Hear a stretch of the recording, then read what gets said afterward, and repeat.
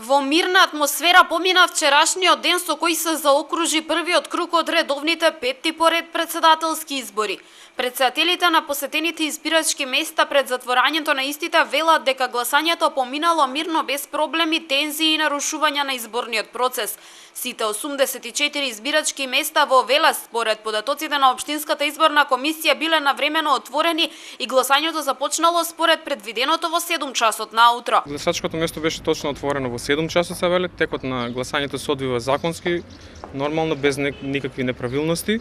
До сега, значи до 18:30 часот има излезено 398 гласачи од вкупно запишани на избирачкиот список од 546. Имавме посетено 12 болни лица, си го извршија правото на глас во нивните домашни. Избирачко место 2157.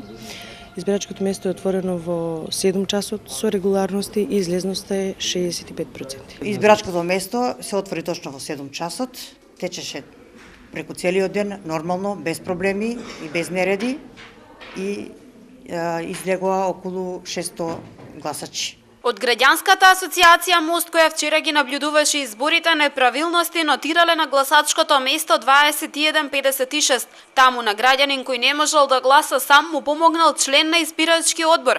Граѓанинот со себе носел лице за помош, но на истото не му било дозволено да го придружува затоа што веќе гласало. Невладината Цивил пак вчера реагираше за различна бројка на граѓани од Велес кои се запишани во избирачкиот список. Така, според Цивил, разликата во податоците за регистрираните гласачи помеѓу државната и општинската изборна комисија е вкупно 1000 гласачи. За ова, како што рече председателот на Цивил Џабир Дерала, ќе се реагира до надлежните институции.